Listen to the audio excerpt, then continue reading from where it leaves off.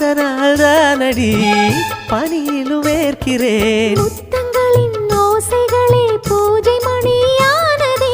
செவ்விதழின் ஈரங்களே தீர்த்தமென்று தோணுதே. கால நேரம் என்பது காதலில் இல்லையா? காமதேவன் கோயிலில் கடிகாரங்கள் தேவையா? சேலையில வீடு கட்டவா சேர்ந்து வசிக்க? ஜன்னல் வச்ச ஜாக்கெட் போடவா தென்றல் அடிக்க? முக்குத்தியின் மின்னல் ஒரு தீபமேற்றி வைத்து போக. சொக்குகின்ற வெட்கம் வந்து வண்ண கோலம் ஒன்று போட.